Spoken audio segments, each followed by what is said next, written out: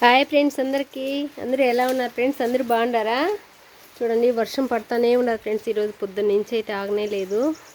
గుడ్డలు అయితే చూడండి ముద్దయిపోయినాయి. ఈ వర్షానికి పొద్దున్నలే పిల్లలకి అన్నీ చేసి పంపించినాను క్యారీలు. ఒక చేత్తో గొడుగు పెట్టుకొని ఒక చేత్తో ఎన్నోళ్ళ కిందంతా శుభ్రం చేసిన ఫ్రెండ్స్. మళ్ళీ సాయంకాలం వస్తాయి కదా, ఎంత శుభ్రం చేయకపోతే ఎట్టుకుంటాయని అంతా శుభ్రం ఒక చేత్తో గొడుగు పెట్టుకొని ఒక చేత్తో అంతా శుభ్రం చేసినాను.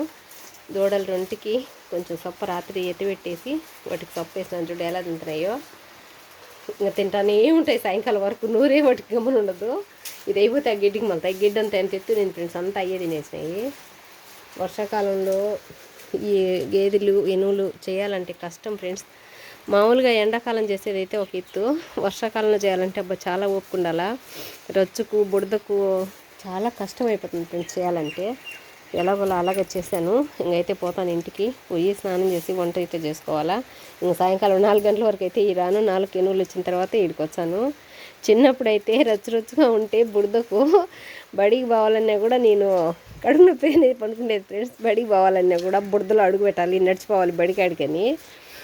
అలా ఉండేది చిన్నప్పుడంతా. అందుకే దేవుడు ఇలా చేసినాడు నన్ను. బాగా ఎనువులు ఎద్దులు అన్నీ ఉండే ఇంట్లో పోయి పడి అన్నీ చేయవని. చిన్నప్పుడు ఎంత సుఖంగా ఉంటే పెద్ద అయితే అంత కష్టము. చిన్నప్పుడైతే అసలు దేంట్లోనే కానీ చేయి పెట్టేది లేదు. అంత గారాభంగా కొంచెం బాగున్నా నేను. మా అమ్మ మా నాయనకి ఒక్కే కూతుర్ని. నేను పుట్టిన ఒక 10 ఏళ్ళకి మా చెల్లెలు పుట్టింది. మేమిద్దరం ఆడపిల్లలు అంతేను. బాగా సాకినారు. అందుకే చిన్నప్పుడు అంత బాగుండే దానికి ఇప్పుడు ఈ రచ్చలు పడి ఇంత కష్టం మాకు. ఈ పల్లెలు, ఈ ఎగసాయము, ఈ సేద్యము, గుడ్డు గోద అన్నీ అంతే కదా ఫ్రెండ్స్. చిన్నప్పుడు బాగుంటే పెద్ద అయితే కష్టం వస్తుంది అంటారు. నా విషయంలో అయితే అది కరెక్ట్గా నిజమైంది. కొంతమంది ఎప్పుడు బాగుంటారు, కానీ దానికైనా అదృష్టం చేసుకోవాలి, పుణ్యం చేసుకుండాలి. ఏమో ఫ్రెండ్స్ అయితే తెలియదు.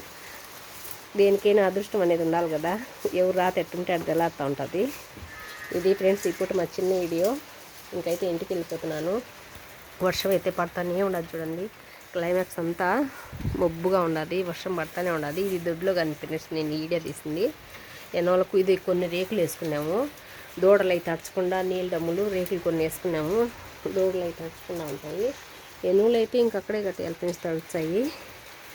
వర్షాకాలం అయితే కష్టం ఫ్రెండ్స్. ఈరోజు కొంచెం వాన కానీ పడకనామంటే మాకు చేను కాడ కొంచెం పని అయ్యిండేది. ఏ పని చేసుకోకుండా పొద్దున్నే పట్టేసుకునింది. లేకంటే ఈరోజు ఏమైనా పని చేసుకున్నాంలే అనుకున్నాము. ఏం చేయాలో అర్థం కాలేదు ఫ్రెండ్స్. వాన పడితే మాత్రం ఏ పని చేయలేము.